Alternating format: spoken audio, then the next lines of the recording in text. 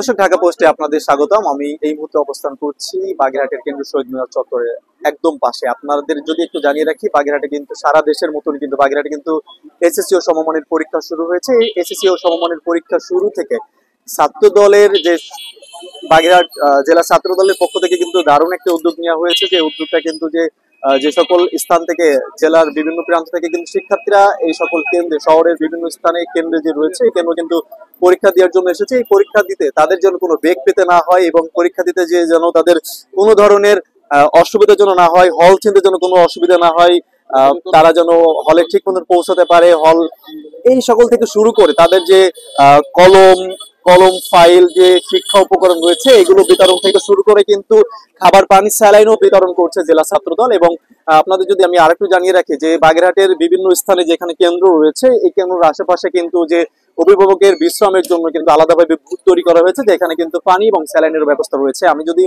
আপনাদের একটু জানিয়ে রাখি যে আমি কয়েকটি কেন্দ্র কিন্তু এখানে পরিভ্রমণ করেছি, সেখানে দেখতে পেয়েছি যে অভিভাবকরা এসেছে, অভিভাবকরা কিন্তু বেশ আনাগোনা রয়েছে এবং অভিভাবকদের সাথে কথা বলে জানতে পেরেছে তারা কিন্তু এই যে উদ্যোগকে সাধুবাদ জানিয়েছে। এমন উদ্যোগ যে নিয়েছে আমি একটু তার সাথে একটু কথা বলতে চাই। বাগেরহাট জেলার ছাত্রদল নেতা মামুন ভাই রয়েছে, আমি তার সাথে একটু কথা বলছি। আসলে যে আপনি যে উদ্যোগে নিয়েছেন, উদ্যোগে কেমন খারাপ পাচ্ছেন এবং আপনাদের উদ্যোগে কতদিন চলমান থাকবে? আলহামদুলিল্লাহ, পজিটিভ রাজনীতি তারেক রহমানের মূলনীতি, এই স্লোগানকে সামনে রেখে আমরা হচ্ছে যে বাগেরহাট জেলা ছাত্রদলের পক্ষ থেকে বিএনপির ভারপ্রাপ্ত চেয়ারম্যান তারেক রহমানের নির্দেশে এবং বিএনপির ছাত্র বিষয়ক সম্পাদক আলহাজ রকিবুল ইসলাম বকুল ভাইয়ের সার্বিক তত্ত্বাবধানে আমাদের বাগেরহাট জেলা বিএনপি যিনি আহ্বায়ক আছেন, প্রবীণ রাজনীতিবিদ ইঞ্জিনিয়ার এটিএম আকরাম হোসেন তালিম চাচার সহযোগিতায় আমরা আজকে এই অভিভাবক এবং ছাত্রছাত্রীদের জন্য ছাত্রদলের পক্ষ থেকে এই কর্মসূচি গ্রহণ করেছি। সাধারণ ছাত্রছাত্রী এবং অভিভাবকবৃন্দ ছাত্রদলকে খুবই পজিটিভ ভাবে দেখছে। তারা আগে কখনো এই যে কর্মসূচি আগে কখনোই দেখেনি। সাবেক ছাত্রলীগে যারা ছিল, ছাত্রলীগ আসলে রাজনীতিটাকে, ছাত্র রাজনীতিটাকে কলঙ্ক করে রেখেছে। আমরা সেই কলঙ্ক মুক্ত করতে যাচ্ছি ছাত্রদল।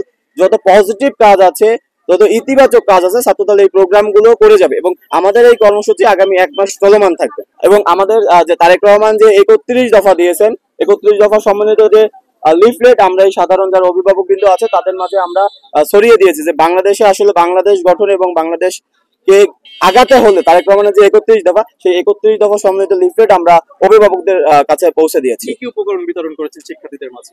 আমরা শিক্ষার্থীদের মাঝে আপনার কলম বিতরণ করেছি, খাবার, স্যালাইন এবং পানি বিতরণ করেছি, বাইক সেবা সার্ভিস দিয়েছি এবং অভিভাবকদের জন্য খাবার, পানির ব্যবস্থা করেছি।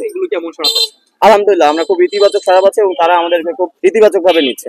ধন্যবাদ। আমি যেমনটা শুনছিলাম দর্শক, আমি যদি আপনাদের আরেকজন গার্জিয়ানের, অভিভাবকের একটু কথা শুনতে চাই, সেক্ষেত্রে আপনি আসলে যে এখানে বিশ্রাম নিচ্ছেন, আসলে যে এই বিষয়টাকে কেমন ভাবে দেখছেন জেলা ছাত্রদলের পক্ষে? আসসালামু আলাইকুম। আমরা যে ব্যাপারটা, আমাদের অভিভাবক যারা আসছে তারা এই ব্যাপারটা নিয়ে আমরা খুব উৎফুল্ল, খুব আনন্দিত। ইতিমধ্যে এখন এরকম কোনো ব্যবস্থা নেওয়া হয় নাই। তাদের এটাকে আমরা সাধুবাদ জানাই এবং তাদের ভবিষ্যতে যে কাজগুলো তাদের ভবিষ্যতে সামনে আছে তারা যেন এরকম ভাবে চালিয়ে যেতে পারে, আমরা তাদের প্রতি দীর্ঘ কামনা করে আমরা তাদের দোয়া রাখছি।